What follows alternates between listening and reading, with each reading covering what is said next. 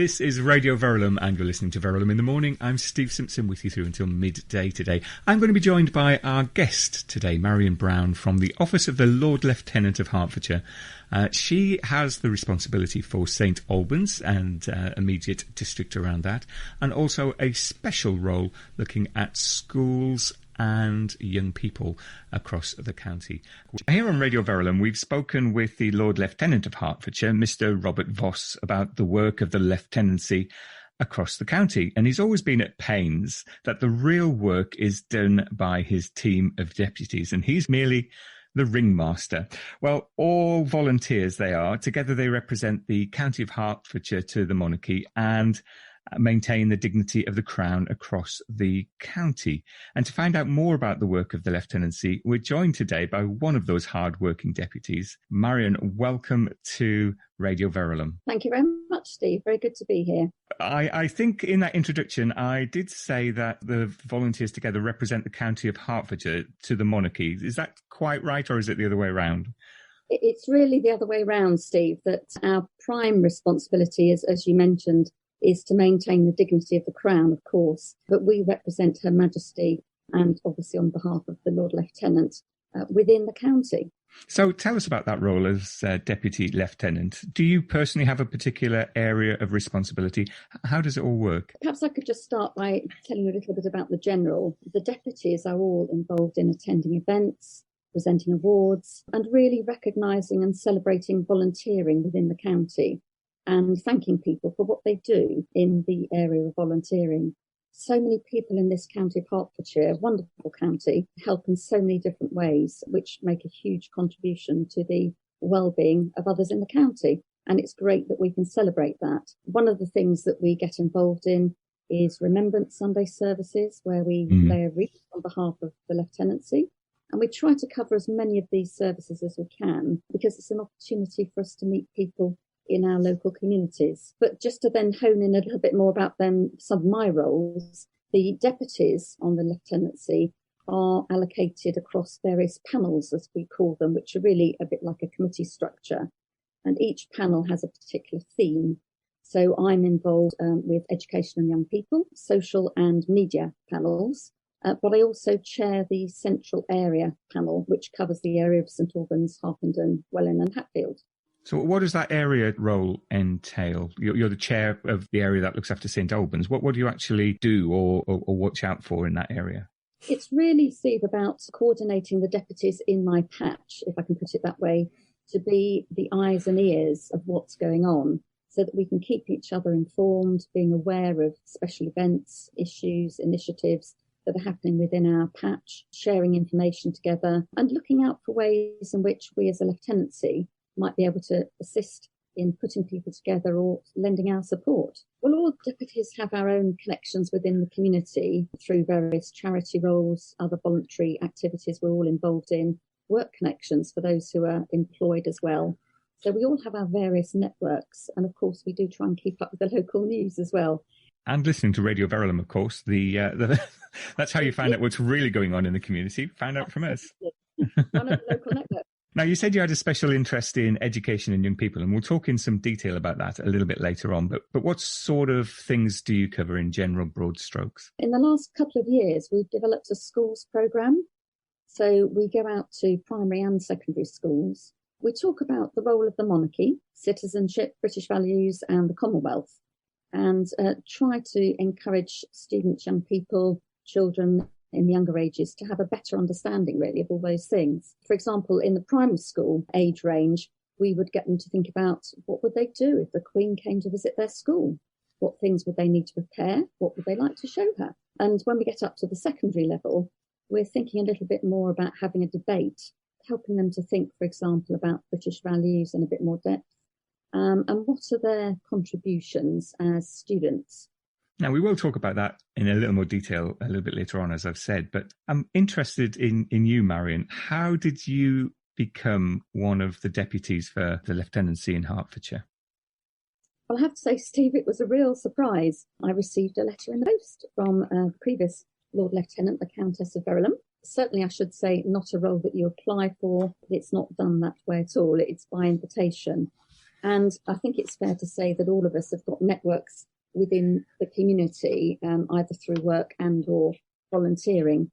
I have to confess, I did not know a huge amount about the lieutenancy when I first received the letter, but obviously did my research. And the more I learned, the more I realised what an honour it would be to be involved in such a wonderful organisation. I'm very conscious that I have had the opportunity to be involved in various charitable and voluntary roles, to then be offered this role where there's even more to do on that front. It was a huge honour, really, and a real privilege to be asked. But it's very much, as with other volunteering roles, about us serving our local community, and that was, the part I thought if I could contribute something to that, then I'd be delighted. I would say that certainly my connection with schools has been really invaluable for the role of Deputy Lieutenant, because I've had a greater understanding of the curriculum, of course, and that's been very helpful when we were setting up our schools programme. Robert told us there was special training that he had to receive when he took over the lieutenancy. Something about being trained to ride a horse while wearing spurs was an important part of the ceremonial aspect of the role. Is that the same for the deputies, or is it much more sort of down to earth? Certainly there was no training on horse riding or spurs from my point of view, but that sounds quite intriguing.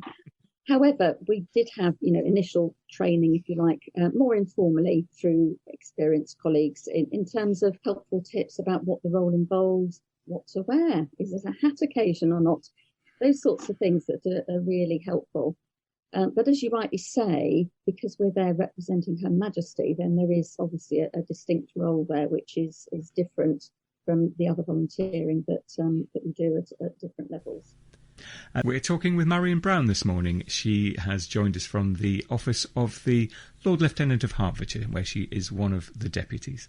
One of the initiatives from the Lieutenancy was the Heroes of Hertfordshire Awards. Tell us a little bit about that. This was an initiative jointly from the Lord Lieutenant and the High Sheriff of last year.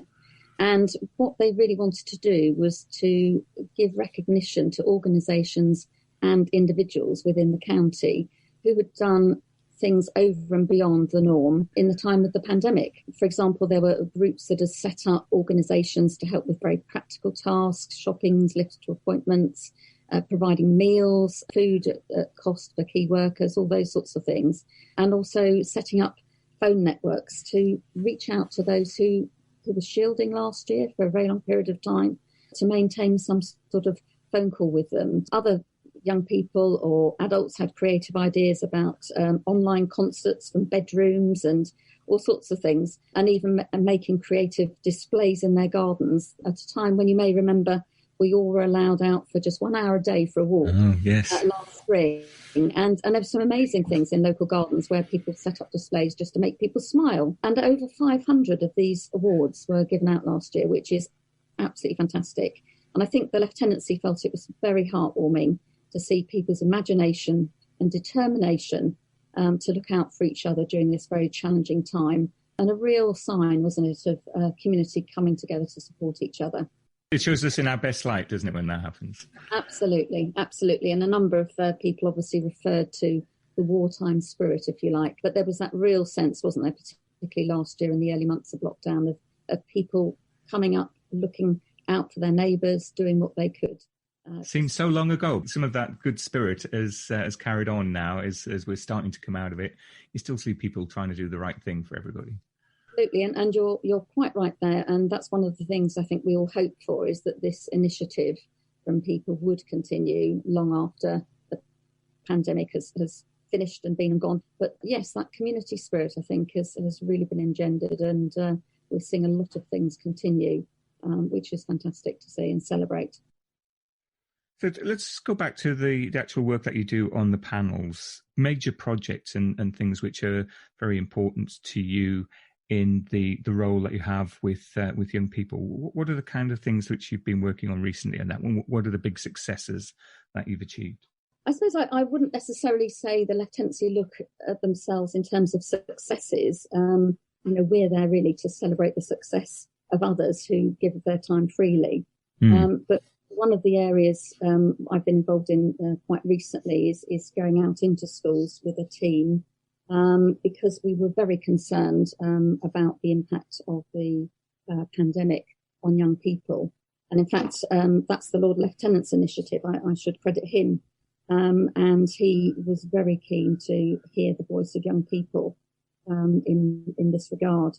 So there was a meeting towards the end of last year with county leaders, particularly those in the field of education, talking about what are the implications for young people going forward of all that we've all been through in this very challenging past 12, 15 months. And what we wanted to do was hear from the young people themselves rather than just those who are representing them. We set up this series of focus groups with students in years 12 and 13. So that's obviously the top end of secondary school, through different schools and other organisations. And we asked them to share their experiences with us. And what sort of things did they share? Were there any common themes? Yes, there were a number of common themes, actually, about 6 in total. The first one was very much about their personal experience. So one of the things they talked about an awful lot across all the groups we spoke to was their sense of loss in terms of social interaction, particularly face-to-face, because whilst all these other media social platforms are wonderful to keep people in touch, it's not the same as actually seeing your friends. And so there was a lot of sort of anxiety around that loss, and also how it would be once they went back to school and were seeing people face to face, because there'd been a long period without doing that.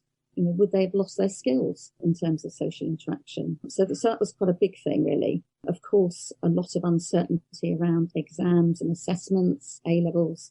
So that was another concern, because clearly at the top end of secondary school, you're looking at what comes next. Maybe it's apprenticeship or university or the world of work, but those exams are absolutely key. And so the uncertainty was really quite unsettling and destabilising. University experiences, going to visit universities was very difficult in the past 12 months, of course, with all the restrictions. And whilst many universities tried very hard by offering virtual tours, etc., it wasn't the same experience for those students as being able to go and visit and feel what the place is like.